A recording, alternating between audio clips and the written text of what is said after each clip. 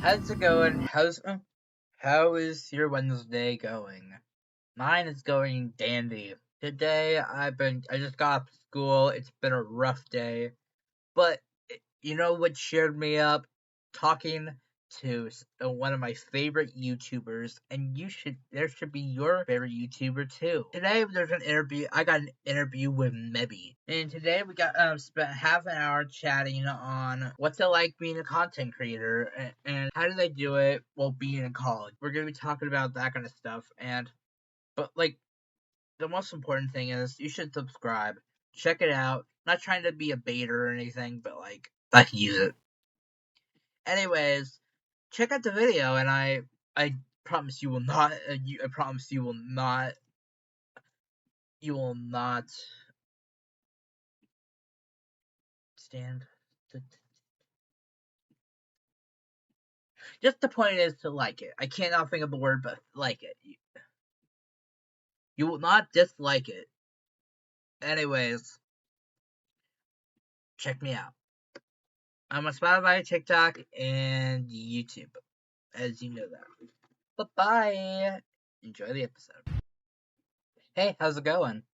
Good. Let me just change my camera real quick because my actual camera was not connecting for some reason, but it's okay. Sometimes Canons are like that. Yeah. No, it's fine. I can see you perfectly now. Okay, great. Yeah, but thanks for saying that you would come on. It's great to meet you. Yes, of course. It's good meeting you. Yeah, thanks. Just letting you know, in case I stutter, I'm just letting you know. I don't know if you think you're so famous, but you know, I've been watching you for a while, so it's kind of I'm shocked that you actually responded. So thank you very much. Oh my God, no, you're so okay, and that's literally insane to me. So yeah, thank you, honestly. Well, anyways, before we get into the questions, not everybody may know who you are, so how do you give yourself like an introduction? Okay, yeah, I can do that. So hi, I'm Mebby. I have been making videos for about 3 years now, but I've recently switched over to commentary, and ever since I've done that, I've gotten a little bit of an audience, which is so crazy and wild to me. But yeah, I'm 19. I go to college, and yeah, I'm American. I'll get a lot of people asking me if I'm a Canadian or like European of some kind, and I do not know why. I feel like I have a very strong American accent. So yeah, that's me. So what made how come you decided to come on? Like, is there a reason, or you just interested? Well, yeah, I was just really interested, and I took a look at like your other podcast, and I just thought that you seem like a genuine person. I was like, and I have actually never been asked to do any kind of podcast or anything. And I also love talking about, I love talking about myself. I'm kidding. I love talking about YouTube so much. It's like my passion. So like, yeah, I just like love any excuse to like talk to people about it. So like, why did you start YouTube? Like, was there a reason, or you just did it for fun? Well, it was really for fun. I think it was my junior year of high school when I started, and I thought it was really cool, really interesting. I grew up with YouTube myself, and sorry, my roommate. And I started YouTube because I wanted to help others in the way that I was helped as a kid. So when I can't really do like medical stuff or sciencey stuff, not because I can do it. I just don't love doing it, but I love making videos. And so when I was younger, the media really, really helped me feel better and really helped me like make connections. And I don't know, it's just a big part of my life. And so I found out that like, oh, I can do that for other people. So it was kind of to like help others as well as to feel fulfilled myself. It's a really good creative outlet for me. Yeah. And it keeps me on a schedule. And it's like the reason I've continued to do it is just because it's just a great creative outlet for me. But the reason I started was to help others, to make people laugh. Oh, I get that. Yeah. Is there a reason you chose, like you said, other than we can get over to like to like the commentary later, but like, is there a reason you Mhm. chose like to make videos, or like, and why not something else? Well, yeah. Well, I'm not something else because I'm horrible at art. And although I like music, I don't really understand it. Video was just like really where my passion was. And it was also, I was in high school. My freshman year is when 2020 happened of high school. So YouTube and social media got really, really big 2020, 2021. That was like kind of like a resurgence of YouTube, I feel. And so in 2022 is when I started making videos. So I don't know, I just felt inspired from the time I was living in.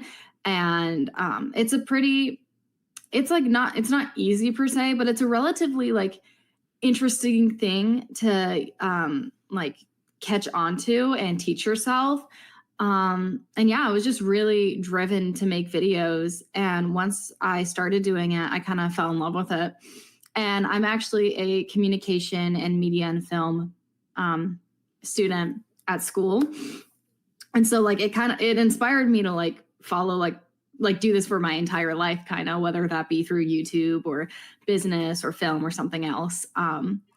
Yeah, I just found videos very inspiring and I caught on to it quickly. And yeah, and I started out making vlogs too, because I wanted to, it was really just for like me and my friends at first. I kind of like was just making videos for my friends and I to like capture our little high school Like a time days. And capsule? they're still up. I don't know. So like a Huh? time capsule in a way? Yeah, yeah. A lot of my friends and I actually go back and watch my really old vlogs. Just like they are cringy, but they but they also like, you know, it's like that's like my high school years. It was kind of crazy. I don't know how long I'll keep them up for, but yeah, I liked having a little section of high school. Is there a point that you would you ever go back to that, or like, are you just gonna stick with commentary or move on to the next thing? I think I'm gonna stick with commentary. I think just because I feel like not only is it more relevant, but it's easier to make videos for. I feel like vlogs frequently like interrupt your own life when you're trying to film a vlog every week and stuff. And it's definitely towards the end of me doing vlogs, I was like struggling a lot with doing it because it's a lot on top of college and I don't know. It was a lot, but that isn't to say I'll never make a vlog again. Like I'm considering making a vlog in a few weeks and then like if I ever go on vacations or do anything fun or relevant in my life, I'll definitely vlog it because I like making them. It's just that for lack of better words, my life is pretty boring. So it's like it's hard to produce content through my day-to-day life. How did you react when you first like started to blow up? Dude, okay. So I made videos for roughly almost exactly 2 years before my trolls video is the one that got really popular and actually got me a following and convinced me to start doing commentary. So I had done videos for 2 years and that trolls video was at 40 views for the first 4 days. And I was like, you know what? Like, I don't know if I can do YouTube anymore. I was genuinely that day, I considered quitting YouTube. And I was genuinely going to do it. Like, I was struggling a lot. And then I had a rough night. And then the next morning, I woke up and that video reached 300 views all of a sudden. I was like, oh, like, that's crazy. Like, wow. Because that would be like a really good video for me during that time. And then it just kept going. And that night I hit 1,000 subscribers. And I was like, oh my God, like this is insane. This is crazy. And like that video, like just kept getting views. I think now it's only at like 160. I don't mean to say only, but it's at like 160,000 views now. And yeah, but like getting those subscribers and getting that many views and like having people say like, oh my God, you're so funny, keep doing commentary, stuff like that. Like, how have I not seen you before? I'm going to subscribe. Like I was really struggling at that point in my life. And like, that was just, oh, it was like the most insane thing ever. You can ask like any of my friends. We were like freaking out. We were having like little parties in our dorms being like, yay, like celebrating every milestone.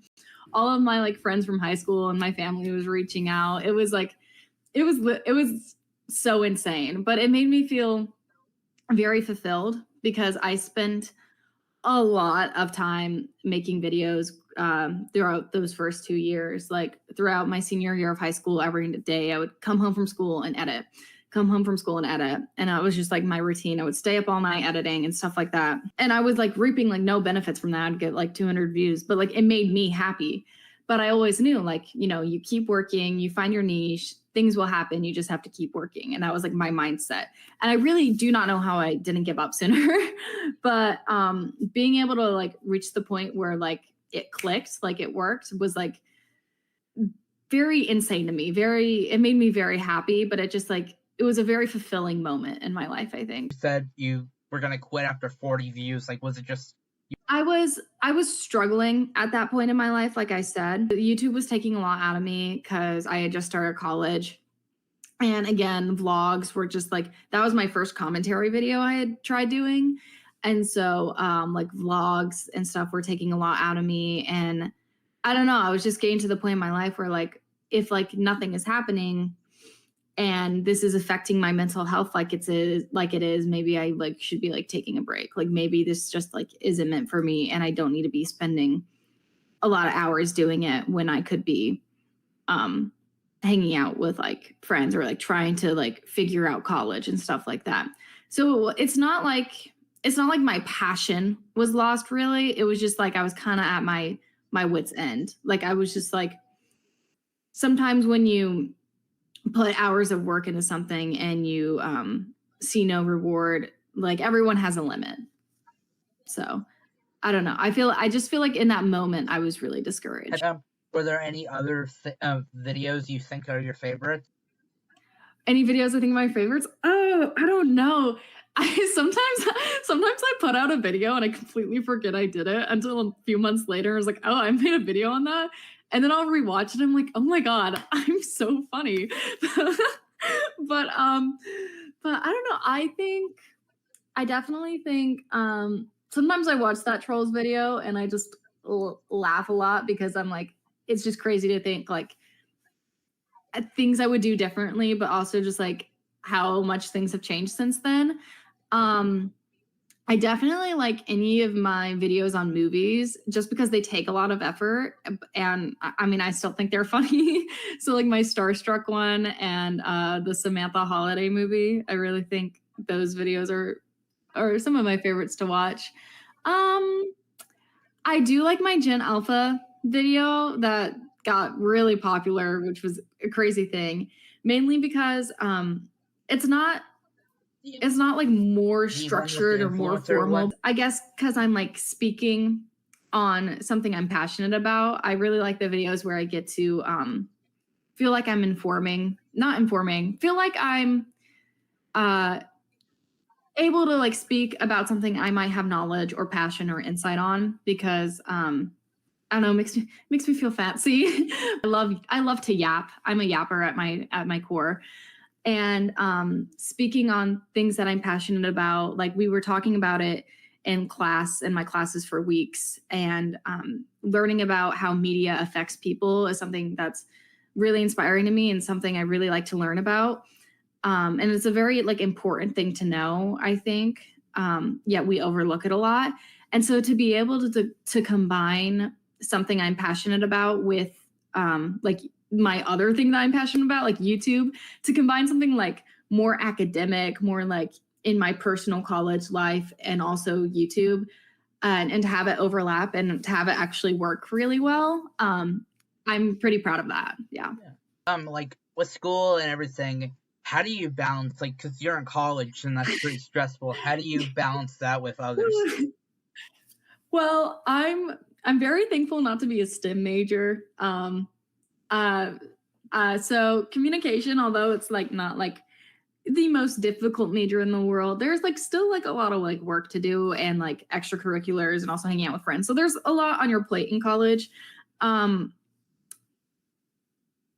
I don't know how I do it, honestly. I don't know. Time management is such an important thing to learn in college, especially when you have like a job like this. So I try to I have a set schedule for editing. And so I'll film on a Saturday or Sunday, and then I edit for basically 2 to 3 hours a day. And then on my final day of editing, which is either a Friday or a Saturday, there'll be a little bit of extra work to do. So in those days, I'll probably edit 3 to 5 hours. But for me, it's all about just like having my schedule and having my routine and following it. And it can be very stressful, but I think that's why such an important thing with content creation is that you have passion for it. Like you're willing to put in the work kind of. And because if you're passionate for something and working really hard at it, like the work doesn't seem as hard, if that makes sense. So since I get so much joy doing it and so much fulfillment, and it's just like, it's kind of like second nature to me now too, since I've done it for 3 years, it makes it a lot easier. But yeah, it can be a lot of work sometimes. Like sometimes I'll have to cancel on friends or like just like take a quick break from hanging out with friends, being like, hey, I really have to do this. Hey, can we hang out? But can we be like working and doing stuff because I really have to do this? Like over FaceTime or something. Yeah. And sometimes I feel bad, but a lot of my friends know how important it is to me, and also how much work it can be. So like they're very supportive and they'll like help me with whatever they can. They're very nice about it. But yeah, it can be a lot, but I'm very fulfilled doing it. So it's no problem. Do you have is there any like tips or tricks you've learned along the way, like throughout this whole creator journey to help you with like stress and like, just what we talked about? Yeah, definitely with stress is recognizing when you're at your limit.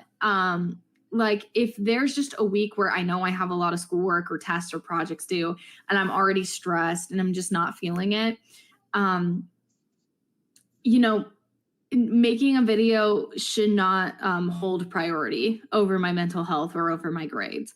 And sometimes that can be a little hard to like kick out of my system because I'm like, oh, but I have to make a video for them. Oh, I have to do this. But at the end of the day, like putting yourself in front of a video is okay. That's valid. You need to be doing that. So, and also reconnecting with your friends, with your family, when you need it. And especially when a video does well, whether that be TikTok or some post or anything, if a video does well, you're going to be facing a little bit of hate. And so when that does happen, and it can be like I haven't gotten a ton of hate on a lot, but sometimes you get certain comments and they pick at you. And in those moments, sometimes you can be very aware of yourself, and it feels really weird to be like, oh, all these people know me, but do I even know me? And you have a bit of a psychotic break. But in those moments, it's like important to just reconnect yourself with your friends and family. I feel like it's okay to take a step back from the internet at times. Like that does not need to be your whole life. Yeah. Is that like one of the biggest challenges you have, or are there any challenges or like competition that you have for like making content? I don't think there's necessarily competition. I mean, sometimes when you see a viral trend or a really big thing happen in the universe and the content creators are going to jump, or the commentary YouTubers are going to jump on it, sometimes there's a little bit of pressure to get to it first. So you're one of the first videos about it out. Like the JoJo Siwa situation.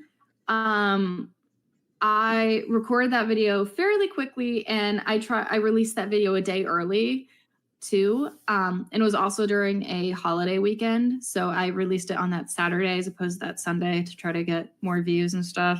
But like a week after that video was posted, a bunch of people started posting videos about the JoJo Siwa situation and like March. And I was like, thank God I posted that like last week, because it helps the engagement and the views and stuff. So sometimes there's a bit of not really competition, but pressure, I would say. And also pressure to find the right stuff to make commentary videos on, because you never know if you have to find something that not only you are interested in, but something that the general public will be interested in. And sometimes finding that thing to overlap, like finding video inspiration and recording it, it can be a little hard sometimes. It's not like the most difficult thing in the world, but sometimes it's like I don't know if I want to record this. I don't know if people are going to like this. There's a bit of pressure surrounding the topics you're covering. How do you decide on like what you're going to talk about? Yeah, usually about either a week to 3 days before recording, sometimes a day before recording, depending on what I've had on my plate. I'll decide on a video topic. Sometimes I really know what I want to make. And so in that case, a few days before, I'll have like something scripted out. I'll have like video ideas, joke ideas, basic just like outlines. And usually, like if I'm doing like a TikTok commentary, I'll have to collect videos. So I'll scroll through TikTok for an hour or two and add certain things to my favorites and like try to like form stuff around them. But usually it's like I'll have like 2 or 3 ideas, and then the one that like sticks out to me and like makes me the most excited to record is usually the one I record. And I talk to my friends about it too. I have a really good friend, May. I'm shouting her out because she and I discuss video ideas frequently, and she always gives me like really good ones, like the AI cat one and the original JoJo Siwa one. Like she and the Hawk 201 one, like she just like spits out video ideas. Like we'll go on walks and she'll just like we'll yap about it. And then she's like, you have to credit me. You have to credit me. I don't think I've ever credited her. So this is me crediting her. I'll also credit her. She gave me the name Mebby because in high school, we went to high school together. And so she made the nickname for me because it's like somewhat based off of my Mebby's name. Not your real name. Like you don't have to expose yourself, but like how did it kind of come up? Well, yeah, it's kind of like loosely based off of some factors of my real name. And so she like put it together and like it was a thing. It's kind of a long story, but yeah, she called me that and I was like, I like that name. And she's like, it's cute. And so she called me that like sophomore year a lot. And then it kind of carried on to junior year. And I was like, if I'm going to do like content creation, like, you want like kind of a short name with like a kind of fun syllable at the end. Decide it out, but you still want a little fun name. Yeah. And my parents actually didn't let me do YouTube for a while. They didn't want me to do it. And one of the reasons was because my name is not the most common one in the world. Like you couldn't find me if you looked me up, but like they were just a little paranoid about that. So my real name was not allowed at all. Also, it's not very catchy. So maybe it was. Is there ever a point where you're just gonna... 1 million subscribers. 1 million subscribers. I've said that as like a little inside joke since I started YouTube, like with my friends and stuff, because it was kind of a joke to be like, oh, you don't know my real name when I first made videos because it was for me and my high school friends. And then now it's like not a joke. And so when I've always said like, oh, 1 million subscribers as a joke, because I honestly don't know if I'll ever reach that point. That's very, very far off. But I think it'd be really, really cool to do that if I did happen to hit that many subscribers. Also, I'd want to do that at that high of a number because I kind of have a cool little cinematic video idea. And I feel like if I like have 1 million subscribers, I would have the money and production level to do that. So yeah, but I don't think that will ever happen. I'm not like gassing myself up about that, but like that's just an inside joke that I've always said. So okay, well that's a shame, but I'll get over it. Anyways, but like overall, like how long does it take you to do like the research, and because you have to do research overall? Mm-hmm. Yeah. So research wise, once I've decided on a topic, it really depends on the video. Like if I'm doing a basic like video on TikTok, I just like collect certain subjects of the TikToks that I want to cover. and then have a little outline for them. And there's not like a lot of research you need to do on basic, just like, oh, I'm reacting to TikToks today. But like with the Gen Alpha video, you have to find out the names, like find out the lore behind stuff, and just write it down, write a basic script. That takes a little bit more work because you're pairing the TikToks with the research. And then in a video like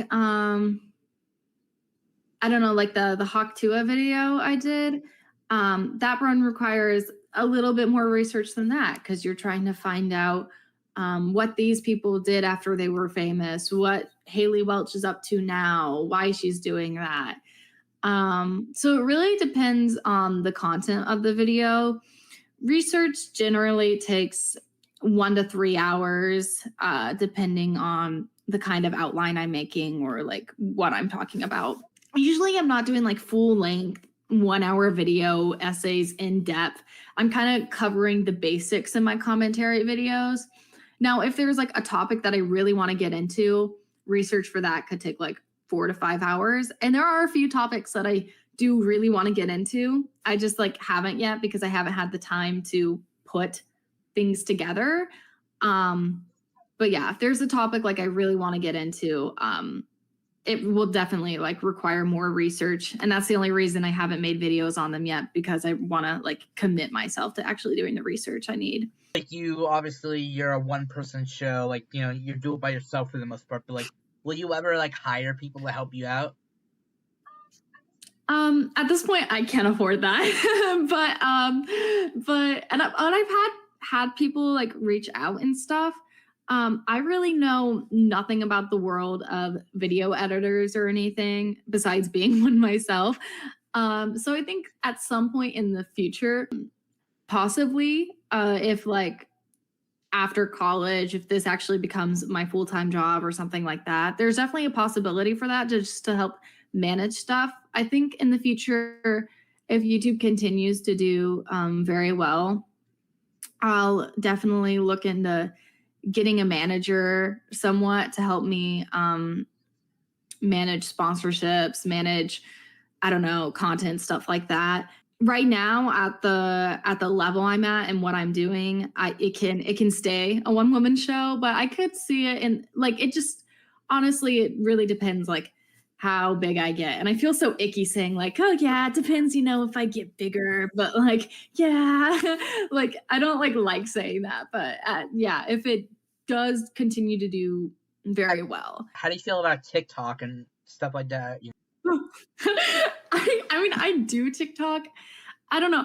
Usually when I make TikToks, it's just like, oh, this is a silly little sound. Usually it's kind of me testing my social media manager skills because I manage social medias for my part-time jobs as well, because I have jobs on top of this and school as well. And as it's someone who like studies communication and media for the purpose of like, after I graduate, if YouTube's not stable for a full-time big girl job, I will obviously have to get a big girl job. And so I'm really interested in social media managing, analytics, creating content for the purpose of helping a business. I'd really like to help small businesses. I think would be really fun. But anyway, sometimes when I create TikToks, I do it for the purpose of seeing like, oh, I wonder if I post this at this time with this sound, with this caption, if this will do well. And sometimes when I'm like actually trying to do that, it does do really well. I'm like, yes, I know what I'm talking about. And then sometimes when I make TikToks, it's just for silly, goofy fun. Usually it's, I don't really take it too seriously. And also the problem with TikTok is when a video does do well, people in the comments on TikTok are not as nice as people on the comments on YouTube. And that's because on YouTube, they actively click and choose to watch your video. And on TikTok, they happen to come across it. And they also feel like they can say whatever they want. So I don't know. I don't really like, I don't love TikTok. I think it's fun. I think it's a silly little thing to do. It's more fun to scroll than actually make content. Yeah. Half the time if you're a creator. Oh yeah. Trust me, I be scrolling on TikTok. My TikTok times are not good for all I have to do. Yes, I agree. Yeah. What do you, let's say even though they said it multiple times, so like let's say TikTok does, it's out, Biden, what would Yeah. how would you feel about that? I'm so glad you asked this question, actually. Because when Vine died and all the Vine stars moved to YouTube, and then YouTube did really, really well for a bit, I'm kind of hoping the same thing happens, because then I would get more You would go from TikTok to YouTube, or like what do you? I feel like once short form content dies, usually people will go back to long form content for a bit until the next new shiny thing appears.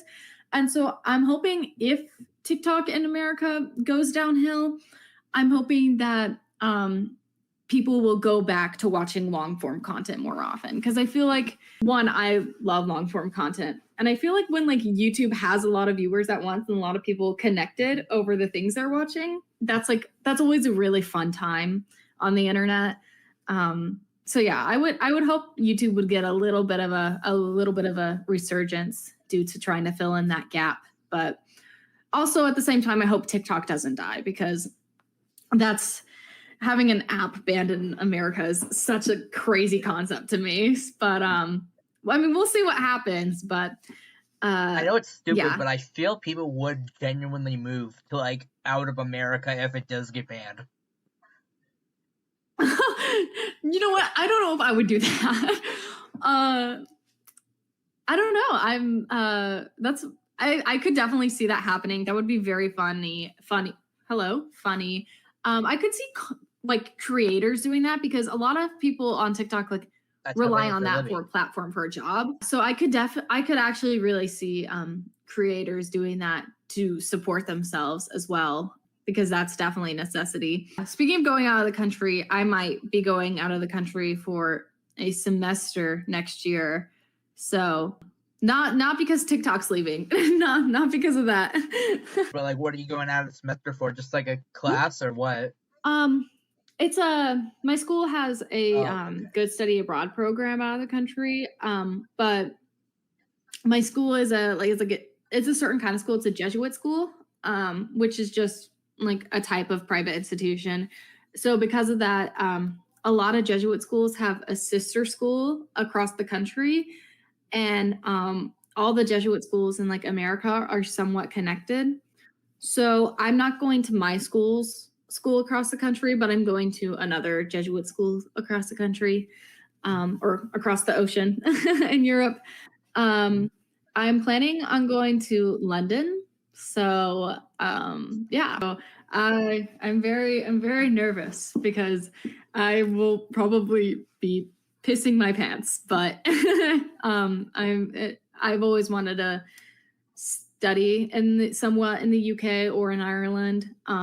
And so to have that opportunity, I'm very excited to do it. I'm already like planning on like, how am I going to keep up YouTube and do that? Are you gonna? I already have to plan for that. You said you're 19, so I'm guessing you're like a sophomore in college. Correct. Yeah.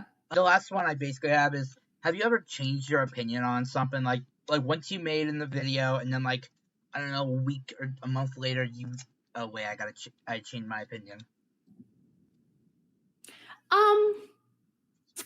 Not really. Usually when I make a video about something, sometimes I'll accidentally misspeak or be misinformed about something, but usually it's not something that's like a huge deal or a huge thing. It's just like someone be like, oh, hey, this is actually this. And I'm like, oh, okay. But it's not like a big thing that like helps the overall argument, you know? So there are like tiny things that like I'll like be informed about and change my opinion about, but not like a whole video topic necessarily. And one thing about me is I always try to give people the benefit of the doubt, or I always try to give grace to some people. Such as like the kids in the Gen Alpha video, or like Jojo Siwa or stuff like that. I would never want to use my videos to attack anyone. And so I never really change my opinions, because usually my opinions aren't very, very strong. I And even if they are strong, it usually means I don't really want to change my opinion if they're that strong. Not that I'm not willing to, there's just nothing, there's not really been a video that's come out and then a big, massive thing has changed. I'm like, oh, the whole video was wrong. That hasn't really happened before. But I mean, little things, like sometimes I am informed on things. I'm like, oh, yeah. The Gen X video, though, I will say, I got so much hate from random 50-year-olds online. And I'm like, you're kind of proving your point here. Why are you doing this?